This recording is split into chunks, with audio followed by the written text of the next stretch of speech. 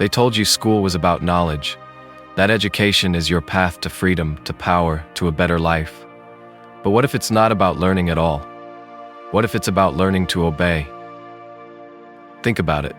From the first day of kindergarten, you're told where to sit, when to speak, what to wear, what to believe. You're not trained to explore the world, you're trained to fit into it. Efficiently, quietly, without asking too many questions. Michel Foucault called this disciplinary power. Althusser called it an ideological state apparatus. But you don't need a philosophy degree to feel it. You lived it. School doesn't just fill your head with facts. It shapes your behavior, your identity, your sense of what's normal. It rewards the obedient and corrects the defiant. You're told to speak up, but only when it's your turn.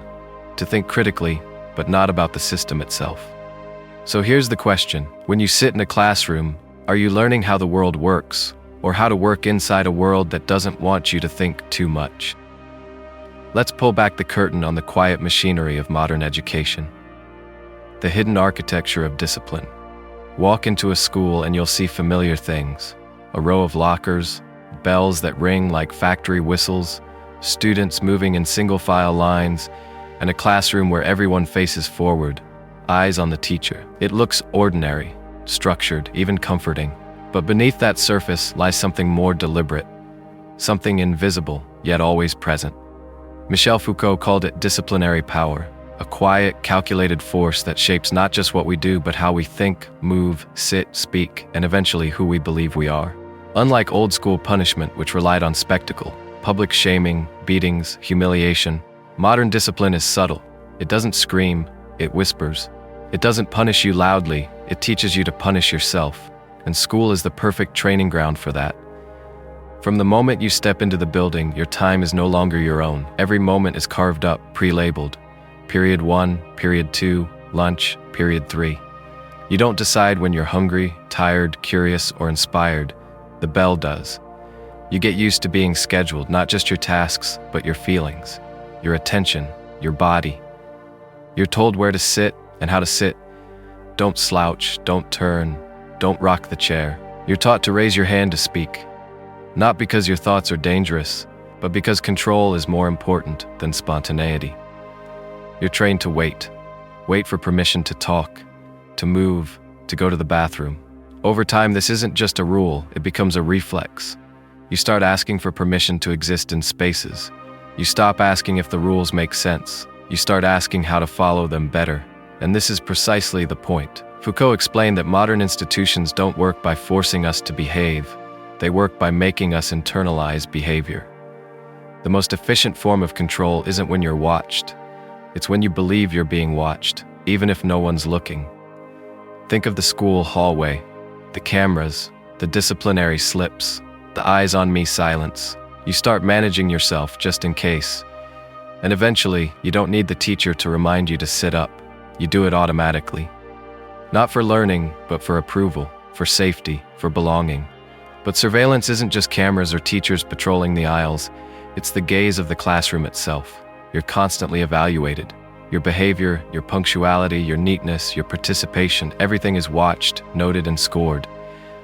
Report cards aren't just feedback, they're performance files. Each student becomes a record, a file number, a GPA. Over time, you stop seeing learning as discovery. You start seeing it as performance. You're not growing, you're auditioning. And when you step out of line, the correction is immediate. It's not a guillotine, it's a red mark, a demerit, a phone call home, a talk after class. The punishment isn't designed to harm you, it's designed to bring you back into alignment, gently, quietly, systematically. Because the goal of discipline isn't justice, it's normalization. Schools don't need to break you, they just need to bend you, until you look like everyone else. Even the space is designed for control. Desks in rows, one teacher, many students, one voice, many ears. There's a front and a back to the room, an inside and outside to the rules. You're either with the program or you're a problem. This architecture isn't accidental. It mirrors the military barrack, the factory line, the prison cell. Foucault called these disciplinary institutions, and school is often our first encounter with one. We don't just learn math and grammar there. We learn how to function under watch, how to behave while being seen. And what happens when you grow up in that system? You carry it with you. You become your own supervisor. You manage your impulses. You question your instincts. You hesitate before speaking, even when no one's stopping you. You wait for someone to give you the rubric. Even in adulthood, even in jobs that supposedly value creativity, you seek approval. You look for a grade, even if it's now called a performance review. You stay within the lines, not because they make sense, but because stepping out feels wrong.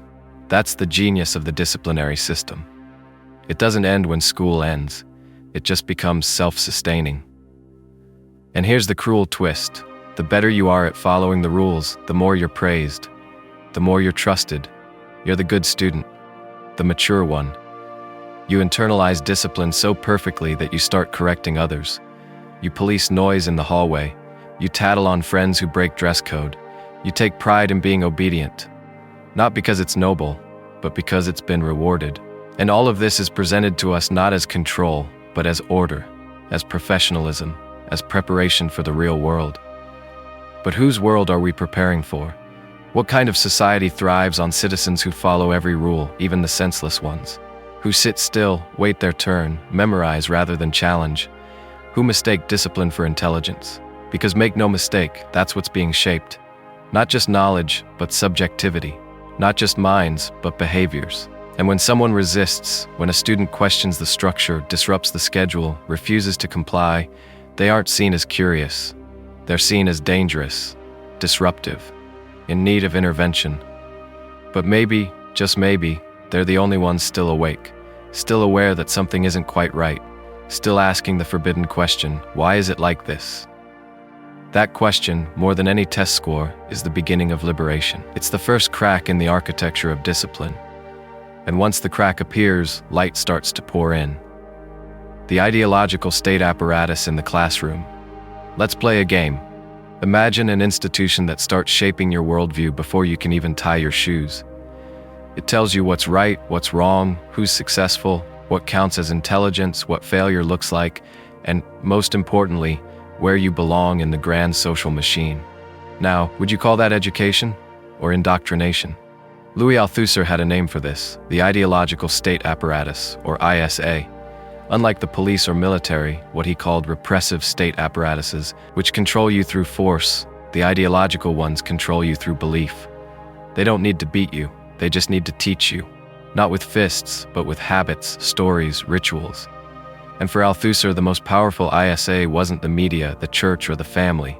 It was the school. Why school? Because school doesn't just prepare you for society. It decides what kind of person you believe you are. It sorts you, ranks you, evaluates you, labels you, all while telling you this is for your own good, that this is fair, that this is how the world works. And once you believe that, you don't need to be forced into obedience. You'll volunteer for it. At first glance, it looks harmless. A seating chart, a dress code, a morning pledge, group projects, grades, time tests. But look closer. These aren't neutral activities. They're subtle rituals of belief. School doesn't just teach math and reading. It teaches how to participate in a specific kind of society. One that values order, hierarchy, competition, and compliance. One where people accept their positions because they believe they earned them. Althusser called this interpellation, the process of being hailed into your identity. It's like the system calls your name and you answer. You over there, the gifted child. You, the slow learner. You, the rebel. And once you've been hailed, you start to act accordingly. The labels stick. They become roles. You perform them so well, you forget they were assigned to you in the first place. Consider the idea of the good student. This student does what's asked, never disrupts, always scores high. They're punctual, polished, polite.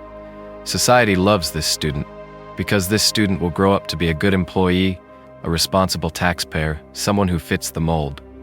The bad student, on the other hand, the one who questions the assignment, critiques the curriculum, reads ahead, gets bored, becomes a problem. Not because they're unintelligent, but because they haven't bought into the script. They're refusing their ideological role. They're rejecting the performance. And here's the kicker. Most of this happens without anyone intending harm. Teachers aren't evil agents of ideology. They're often compassionate, dedicated people trying to do their best inside a system they didn't build. But the ideology works through them anyway. Through the grading system, through the curriculum they didn't write, through the standardized tests that dictate what gets taught. The teacher, like the student, is also being hailed. So when you learn in school that success means high grades, good behavior, and acceptance into prestigious institutions, you're not just learning information, you're learning to desire a particular place in society. You're learning that status equals value, that productivity equals virtue, that authority is legitimate, and questioning it is rude. You're learning the rules of the game, not so you can change them, but so you can win within them. And just like that, school becomes more than a building. It becomes a belief system. Not one you consciously agree to, but one you absorb over years of repetition. You stop asking why things are this way. You start asking how to be better at playing the part you were given. That's how ideology works best. Not when it convinces you, but when it becomes invisible, when it feels like common sense. Take the idea of meritocracy, the belief that effort and talent alone determine success. School loves this idea. It's what makes grading feel fair, what justifies honor rolls and student rankings. But Althusser would say, be careful. That narrative hides the deeper machinery. It makes inequality look natural. If you succeed, it's because you worked hard. If you fail, it's your fault. The system? It's just doing its job. But is it? What about the child who has to work a part-time job? Who lacks access to books? Who deals with trauma? What about systemic racism or ableism or poverty? These aren't moral failures, they're structural conditions. But in school, we're trained to see them as individual shortcomings. You didn't try hard enough, you weren't focused, you didn't want it badly enough. And so the system stays intact, not because it's just, but because it taught you to blame yourself. Now here's the question Althusser leaves us with. If school is shaping our beliefs, our identities, and our roles, then who does it really serve? Is it building free thinkers or functioning cogs? Is it nurturing the individual or stabilizing the system? Because if all we're doing is learning how to accept our place in a pre-written story, then maybe this isn't education at all. Maybe it's quiet domestication. But there's a crack in the system, and it's you, whenever you notice it, whenever you realize that some things feel off, that success seems too narrow, that the stories don't fit everyone, that learning feels more like absorbing than awakening. That moment, that flicker of doubt, is the beginning of freedom, because it means you're starting to see the ideology instead of simply living inside it. And once you see it, you can ask, what would education look like if it weren't about preparing people to serve the system, but to transform it? Knowledge as a tool of power. They tell you knowledge is power, that the more you learn, the freer you become. It sounds beautiful. Enlightenment through education, liberation through literacy. But what if the relationship between knowledge and power is a little more complicated? What if, instead of freeing you, some kinds of knowledge actually trap you deeper into a system you didn't choose? What if what you're allowed to know is carefully curated, not to make you think, but to make you think in the right direction? This is where Michel Foucault flips the script. He didn't see knowledge as separate from power. He saw them as two sides of the same coin. According to Foucault, knowledge doesn't just describe the world, it shapes it, defines it, limits it. It tells you what's real, what's valid, what's possible, and in doing so, it also tells you what isn't, what's irrelevant, what doesn't count. So when schools teach knowledge, they're not just handing out neutral facts, they're distributing a version of reality. And whoever controls that version, they control the future. Take history, for example. School history is always clean, chronological, patriotic. You learn who discovered what, who won which war, who made which speech. But very rarely do you learn who was erased, who resisted, who paid the price for someone else's victory. Knowledge here is selective. It's arranged like a museum tour. Look at this, ignore that, and please don't touch the fragile ideas on the shelf. The past is presented not as something to question, but as something to admire, to accept. Or think about science. It's framed as the ultimate truth machine. But science, too, is shaped by power. What gets researched depends on who funds the lab. What gets published depends on who controls the journals. Even the language of science can be used to exclude. Big words, expert jargon, numbers that seem objective but are always interpreted through someone's lens. Foucault called this the regime of truth, a system in which certain statements are accepted as true, not because they are inherently true, but because power says they are. And in school, that truth becomes curriculum. You don't question the textbook, you memorize it. You don't debate the theory, you study it for the test. The purpose isn't to engage with knowledge, it's to reproduce it, over and over, until it stops being knowledge and starts becoming common sense. Until it becomes invisible. And once it's invisible, it becomes very hard to resist. This is how knowledge becomes a tool of control, not through violence, not through fear, but through normalization. Once something is called truth, anyone who questions it seems irrational, dangerous, a threat. And so, the system protects itself, not by silencing critics, but by never teaching the vocabulary to criticize in the first place. Now here's where the irony kicks in. We assume that schools are places of enlightenment, that they exist to open minds. But in practice, they often do the opposite. They teach a narrow version of what's worth knowing. They marginalize anything that doesn't serve the dominant narrative. Alternative histories, fringe sciences, emotional knowledge, lived experience, these get pushed to the margins. Electives, side projects, after-school clubs. The main curriculum sticks to what's safe, what's measurable, what's already approved. And so, students learn early that some knowledge is rewarded while other knowledge is ignored. You're praised for quoting Shakespeare, but not for writing your own poem. You're applauded for solving equations, but not for questioning why math is taught the way it is. You're encouraged to learn about other cultures, but only if it fits neatly into a cultural appreciation week and doesn't challenge any political assumptions. The message is clear: learn, but stay in bounds. This has consequences. Students internalize a belief that real knowledge comes from experts, from books, from authority, not from themselves, not from their communities, not from questioning. And so, they learn to mistrust their own experience. They learn to be suspicious of intuition. They learn to quote other people, rather than develop their own voice. In other words, they become intellectually obedient. Not because they're stupid, but because they're smart enough to survive the system. But what if we flipped it? What if knowledge wasn't just about passing exams, but about building perspective? What if we taught students not just what to know, but how to interrogate the frameworks of knowledge itself? Who benefits from this version of history? Why is this fact in the textbook and that one isn't? What questions are we not asking? What is the curriculum afraid of? These aren't dangerous questions.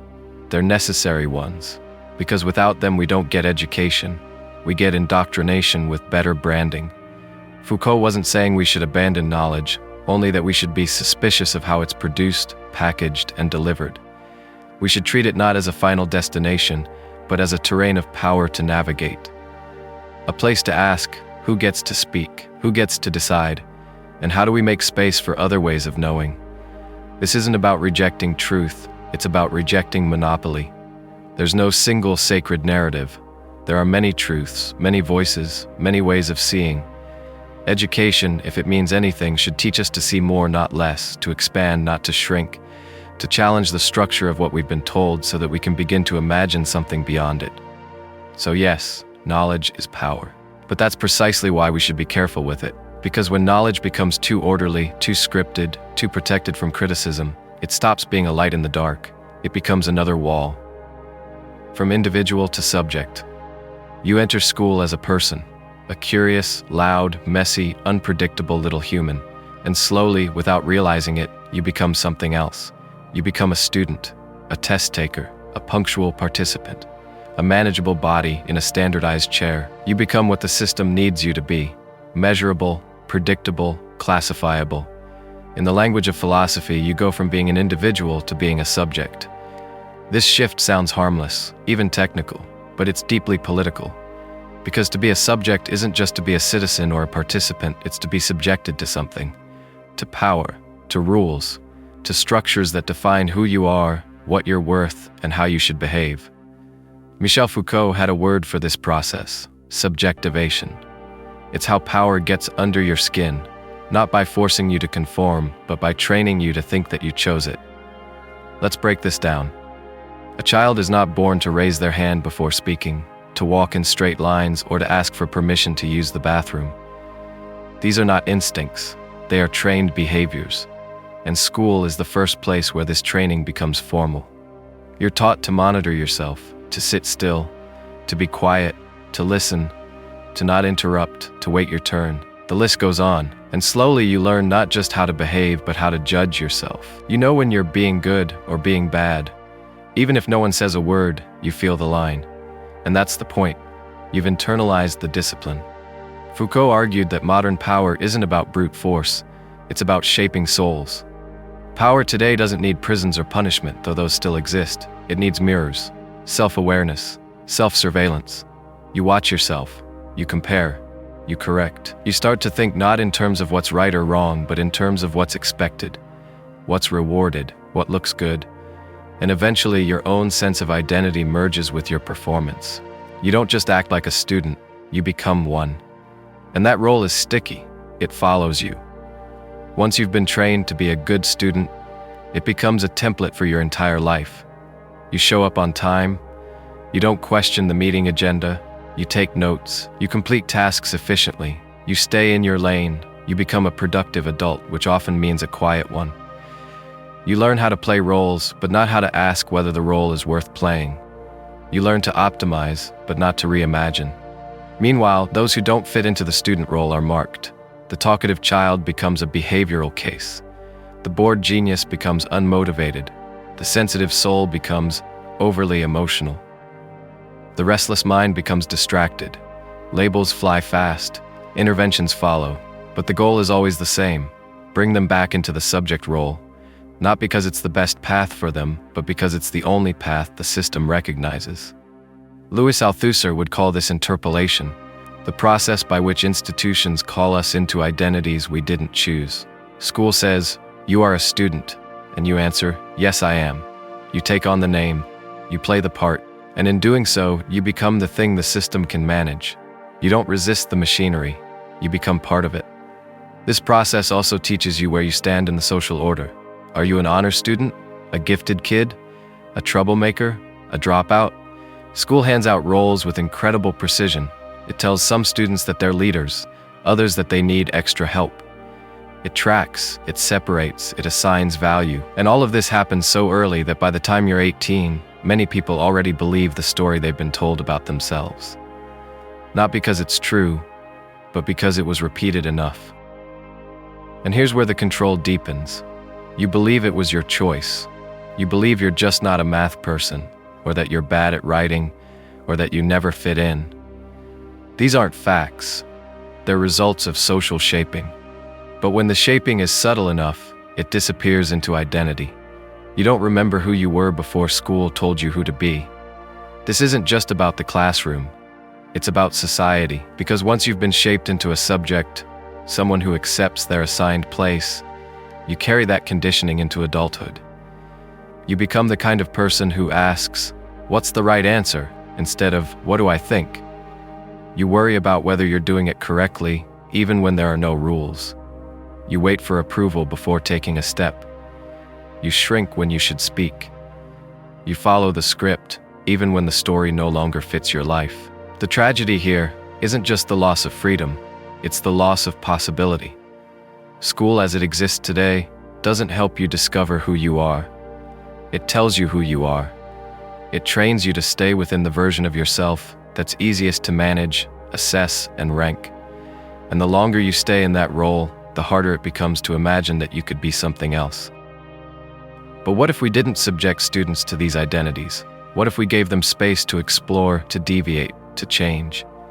What if we treated identity not as a fixed role to step into, but as a living process?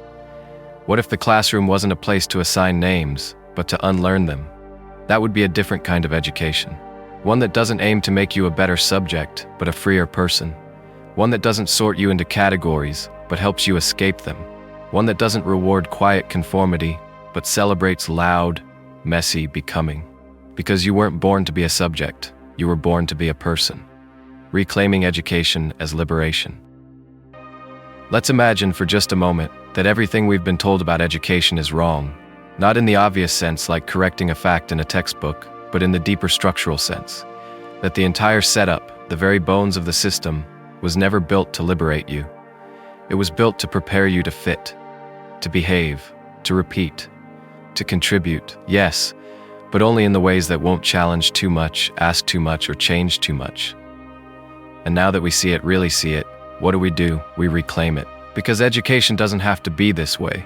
It doesn't have to be a place where children become subjects, where curiosity is tamed, where the bell rings not to inspire but to interrupt. It doesn't have to be a space of silent rows and obedient minds. That's not education. That's conditioning with good PR. Real education, the kind that liberates, is messier. It begins not with answers, but with questions. Questions that don't fit on exams. Questions like, who decided this is the curriculum? What counts as valid knowledge? Who benefits from what I'm being taught? And who gets left out of the story?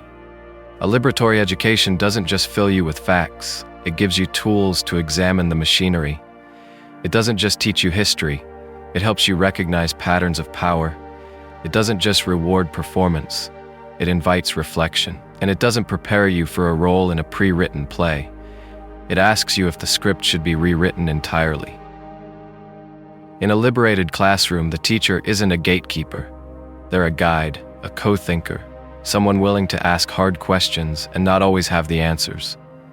The students aren't empty containers, they're agents. They bring their own experiences, identities, and contradictions into the room, and those things are not corrected. They're engaged. There's space to pause, to feel, to challenge, to connect. In this kind of education, failure isn't something to fear, it's a method. Silence isn't a punishment, it's a place to think. And resistance isn't a disruption, it's the beginning of thought. Because the truth is, you can't separate learning from freedom. If you're learning just to perform, just to pass, just to please, then you're not really learning. You're rehearsing. You're mimicking the voice of power, not developing your own. And if school isn't helping you find your voice, then what exactly is it doing? So we ask again, are you learning to know or learning to obey? If the answer feels uncomfortable, that's the start of something honest. Because the goal isn't to destroy the idea of school. The goal is to reimagine it, to break the habit of control and replace it with something more human, something that makes room for conflict, contradiction, emergence, something that doesn't aim to create good citizens, but awakened ones. People who don't just fit into the world, but who are ready to shape it. This isn't a fantasy. There are classrooms doing this already, on the margins, in small pockets, often under pressure to conform. But they exist. And what they prove is that liberation isn't an abstract dream, it's a design choice. It's a philosophy you can feel in the structure of a lesson, in the shape of a conversation, in the kinds of questions that are allowed to linger.